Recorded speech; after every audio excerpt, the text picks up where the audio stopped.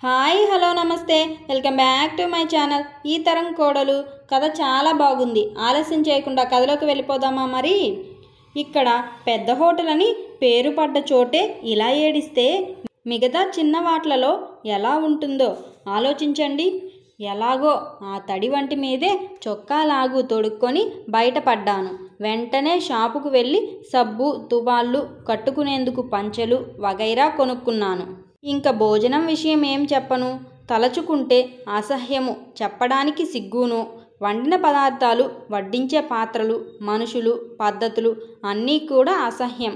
దొరలు మనల్ని చూసి నవ్వరంటే నవ్వరు, మరి అసహ్యించుకున్నారంటే ఆశ్చర్యమేముంది? బోలెడంత దేశాభిమానం ఉన్నవాణ్ణి, ఇక్కడ పుట్టి పెరిగాను. నాకే ఇలా ఉందంటే ఇతరుల సంగతి చెప్పడం ఎందుకు? అక్కడ నుంచి ఊరు చూద్దామని బయలుదేరాను. వీధిలోకి వచ్చేసరికి అంతా గొడవ, గందరగోళం, కంగారును. బల్లవాళ్ళు వాళ్ళ ఇష్టం వచ్చినట్టు అడ్డదిడ్డంగా తోలుతారు. సైకిళ్ళు చెప్పనే అక్కర్లేదు. మనుషులంతా తలో దారిని సాధ్యమైనంత వరకు రోడ్డు మధ్యనే గాని నడవరు. వారు వ్యవహారాలు, లావాదేవీలు అన్నీ రోడ్డు మధ్యనే నిలబడి తేల్చుకుంటారు. నడుస్తూ ప్రతివాడు రెట్ట వేసినట్టు తుపుక్కున ఉమ్మేస్తాడు. నడకలో ఒకరికి సంబంధం కనబడలేదు. నలుగురు కలిసి బయలుదేరిన అడుగులో అడుగు కలవదు. నేను మొదట్నుంచి నియమాలకు, నిబంధనలకు అలవాటు పడ్డవాడిని. దేశాంతరం వెళ్ళినప్పటి నుంచి మరీను. అక్కడేమిటంటే రోడ్ల మీద బళ్ళ చప్పుళ్ళు, మనుషుల బూట్ల చప్పుడే కానీ మరో ధ్వని ఏమీ ఉండదు. ఇక్కడో మనం ఇష్టం వచ్చినట్టు కేకలు వేస్తాం, నవ్వుతాం, గట్టిగా మాట్లాడతాం. అది కూడా ఓ పెద్ద తప్పేనా ఏమిటి? మాట్లాడడానికి కూడా ఆ మాత్రం స్వతంత్రం లేదా అంటారేమో.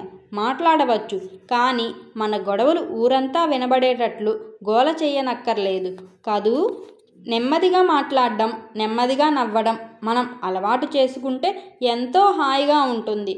హోటళ్లలో, రైళ్లలో, నాటకాల్లో ఒక చోటేమిటి 10 మంది చేరే చోట్లల్లా ఈ పద్ధతికి మనం అలవాటు పడితే ప్రాణం ఎంతో హాయిగా ఉంటుంది.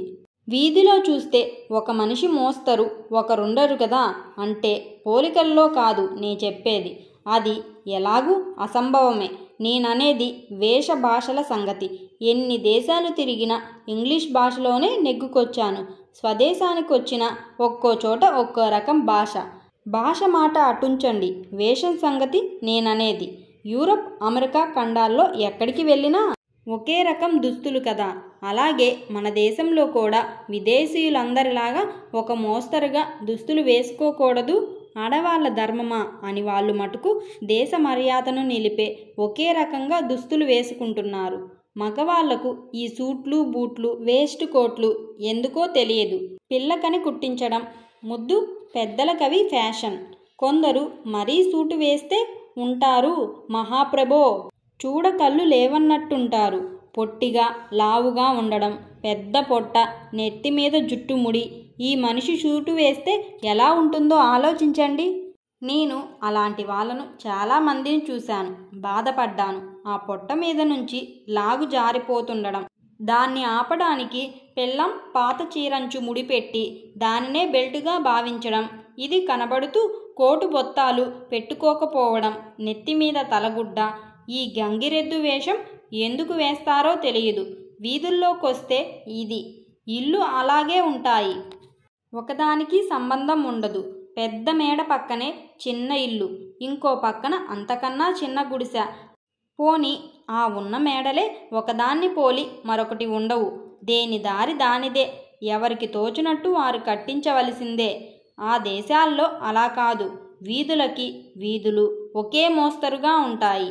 కట్టడాల్లో పారు తీరు ఉంటుంది. వేషభాషల్లో సమానత్వం ఉంటుంది. నడకలో, చర్యలో ఐక్యత ఉంటుంది. దానివల్ల నేనేమిటంటే ఆ జాతిలో, సంఘంలో, ఆచార వ్యవహారాల్లో, వ్యవహార దృక్పథంలో, జీవిత దర్శనంలో ఐక్యత ఉన్నదని బోధపడుతున్నది. మన వేషముల వల్ల, నడక వల్ల, కట్టడముల వల్ల ఈ ఐక్యత ఎక్కడ మృగ్యమని తోస్తుంది. బొంబాయిలో దిగగానే ఈ తారతమ్యం చూసేసరికి చాలా బాధ కలిగింది. ఇది కేవలం బాహ్యమేనా, ఆంతర్యంలో కూడా ఈ వ్యత్యాసాలున్నాయా అనే సందేహం కలిగింది. ఆ దృష్టితో మన సంఘాన్ని పరిశీలనగా చూడాలని ఆ క్షణంలో ఒక సంకల్పం కూడా కలిగింది. అందుకని నగర సంచారానికి బయలుదేరాను. ఈ ఊరంతా కొత్త, ఇక్కడ మనుషులంతా కొత్త, భాష కొత్త, ఆచార వ్యవహారాలు కొత్త. ఇంకా నా బొంద ఇక్కడ కొత్త కానిదేమిటో అర్థం కావడం లేదు. పోని 4 రోజులు ఇక్కడ ఉండి ఈ ఊరు 4 దిక్కులా తిరిగి ఇక్కడ పద్ధతులు చూసి తెలుసుకుంటే భారతమంతా తెలుసుకున్నట్టే అనిపించింది. 3 ఏళ్ళు ఇంటికి దూరంగా ఉన్నవాడిని ఇంకో 4 రోజులు, వారం రోజులో గడిపితే మటుకు మునిగిపోయేదేమున్నది అనుకున్నాను. ఏమైనా ముందు ఇంటికి బొంబాయి క్షేమంగా చేరినట్టు ఉత్తరం రాద్దామని అనుకొని దగ్గర కార్డులు, కవర్లు వగైరా ఏమీ లేవని తెలుసుకొని తిన్నగా పోస్టాఫీసుకు వెళ్ళి కావలసినవి తీసుకొని అక్కడే ఎలాగో కూర్చొని నేను బొంబాయి క్షేమంగా చేరానని 4-5 రోజుల్లో బయలుదేరి ఇంటికి చేరుకోగలనని ఇన్నాళ్ళ తర్వాత మిమ్మల్ని మళ్ళీ కలుసుకొని పాదాభివందనం చేసి మీ ఆశీర్వాదాలు పొందవలనని ఉత్సాహంతో ఉన్నానని వ్రాశాను. ఉత్తరం రాస్తున్నంతసేపు కళ్ళు నీళ్లు కారుతూనే ఉన్నాయి. ఎలాగో సముదాయించుకొని ఉత్తరం పెట్టెలో పడేసి బయటకు వచ్చాను. ఈ పోస్టాఫీసులో కూడా ఎంత గొడవో, ఎంత గందరగోళమో, ఎన్ని భాషలో, ఎన్ని రకాల వేషములో లెక్కలేదు. భారతీయులంతా ఒక్కసారి ఇక్కడ ఏదో తిరునాళ్ళకు వచ్చారా అనిపించింది. విదేశాలలో ఏ పట్టణం చూసినా, పల్లె చూసినా వేషం మటుకు అందరికీ ఒకలాగనే ఉంటుంది. లండన్, ప్యారిస్ లాంటి నగరాల్లో కూడా జనాన్ని వెనక నుంచి చూస్తే అందరూ అక్కడి వారేననిపిస్తుంది. ఇక్కడ వీధులన్నీ ఎంత సమ్మర్దంగా ఉన్నవో లెక్కలేదు.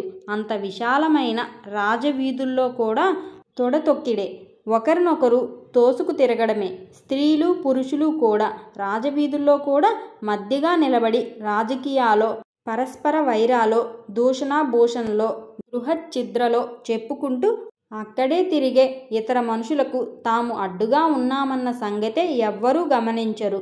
వాళ్ళను తప్పుకోమని సైకిళ్ళు గంటలు, రిక్షావాళ్ళు కేకలు, దూషణలు, మోటారు కార్లు కూతలు, వారిని తప్పుకోమని హెచ్చరిస్తున్న వాళ్ళ వాద ప్రతివాదాలతో ఇవేవి ఎవరి చెవికి ఎక్కినట్టు కనిపించలేదు. ఆ విషయాల్లో మటుకు వాళ్ళ దీక్ష, పట్టుదల, నిర్భయత్వం ప్రశంసనీయమనిపించింది. రకరకాల తినుబండారాల నుంచి కూరగాయలు, పువ్వులు, పళ్ళు, పిల్లల ఆట వస్తువులు, స్త్రీల అలంకరణ వస్తువులు ఒకటేమిటి ఎన్నెన్నో రకరకాల తోపుడు బండ్ల మీద వేసుకొని పెద్ద పెద్ద కేకలతో అమ్మేవారు వందలాది కనపడ్డారు.